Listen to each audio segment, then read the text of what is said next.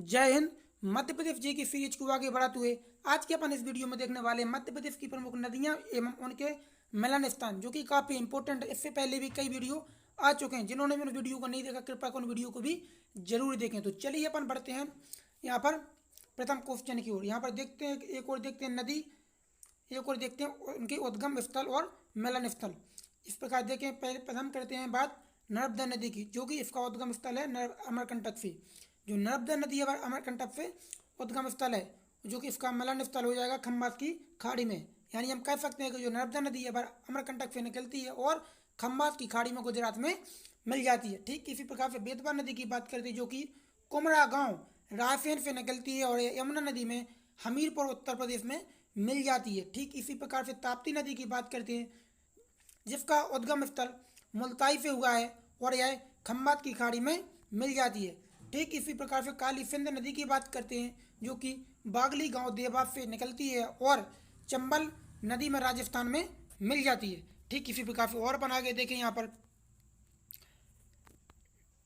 चंबल नदी की बात करते हैं, यहाँ पर जिसका उद्गम स्थल जाना पाव की पहाड़ी हो जाएगी और इसका मिलन स्थल यमुना नदी में इटावा में यूपी में मिल जाती है। ठीक इसी प्रकार से क्षिप्रा नदी की बात करते हैं, जिसका उद्गम स्थल काकरी वैड़ी, जो कि इंदौर में स्थित है, यहाँ से यह निकलती है और चंबल नदी में मिल जाती है।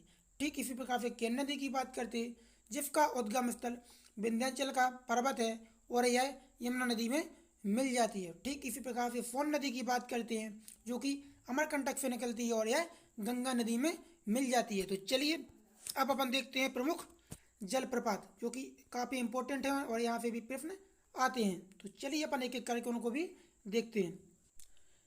कपिलधारा जलप्रपात की बात करते हैं, जो कि अमरकंटक नर्मदा नदी पर स्थित है। ठीक इसी प्रकार से धुआंधार जलप्रपात की बात करते हैं, जो कि जबलपुर नर्मदा नदी पर यह भी स्थित है। ठीक इसी प्रकार से दुग्धधारा जलप्रपात की बात करते हैं, जो कि अमरकंटक नर्मदा नदी पर यह जलप्रपात भी स्थित है। दोस्तों ये काफ़ी इंपॉर्टेंट जलप्रपात है और यहाँ से क्वेश्चन सीधे एग्जाम में पूछे जाते हैं। ठीक इसी प्रकार से सहस्त्रधारा जलप्रपात की बात करते हैं, जो कि महेश्वर खरगोन जिले में नर्मदा नदी पर स्थित है। ठीक इसी प्रकार से मंदार जलप्रपात की बात करते हैं, जो कि खंडवा जिले में नर्मदा नदी पर स्थित है। और अपन आगे बढ़े यहाँ पर और देखें, यहाँ पर काफ़ी इंपॉर्टेंट भालकुंड जलप्रपात की बात करते हैं, जो कि सागर बीना नदी पर स्थित है। ठीक इसी प्रकार से दर्दी जलप्रपात की बात करते हैं, जो कि खंडवा जिले में नर्मदा नदी पर स्थित है। ठीक इसी प्रकार से केवटी जलप्रपात की बात करते हैं, जो कि काफ़ी इंपॉर्टेंट है और यह रीवा जिले में महाना नदी पर स्थित है।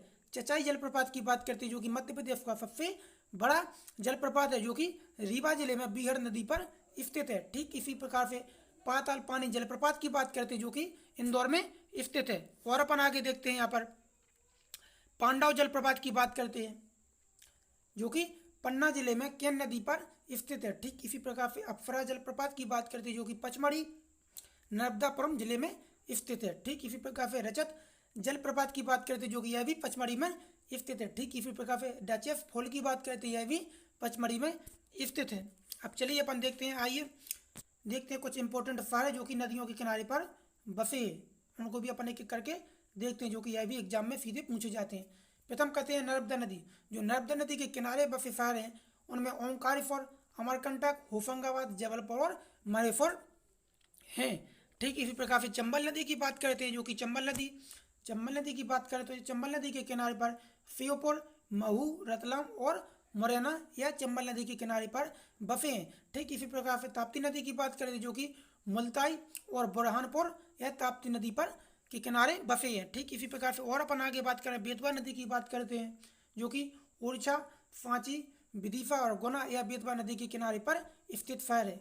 ठीक इसी प्रकार से पार्वती नदी की बात करते हैं, जहाँ पर शाजापुर, आष्टा और राजगढ़, जो शाजापुर, आष्टा और राजगढ़ है, यह पार्वती नदी के स्थित बसे हुए शहर हैं। ठीक इसी प्रकार से सिंधी की बात करते हैं, जो कि शिवपुरी और दतिया इसके किनारे पर बसे हुए शहर है। और आगे बढ़े यहाँ पर और बात करते हैं अगली नदी की, काली सिंध की बात करते हैं, जहाँ पर वागली, देवास और सोनकच्छ यह काली सिंध नदी के किनारे पर बसे शहर है। ठीक इसी प्रकार से क्षिप्रा नदी की बात करते हैं, जहाँ पर उज्जैन शहर बसा हुआ है। ठीक इसी प्रकार से खान नदी की बात करते हैं, जो कि इंदौर खान नदी के किनारे पर बसा हुआ है। ठीक इसी प्रकार से माही नदी की बात करते हैं, जहाँ पर कुछी और धार या माही नदी के किनारे पर बसे हुए। तो दोस्तों अपन ने काफ़ी इंपॉर्टेंट यहाँ पर क्वेश्चनों को यहाँ पर डिस्कस किया।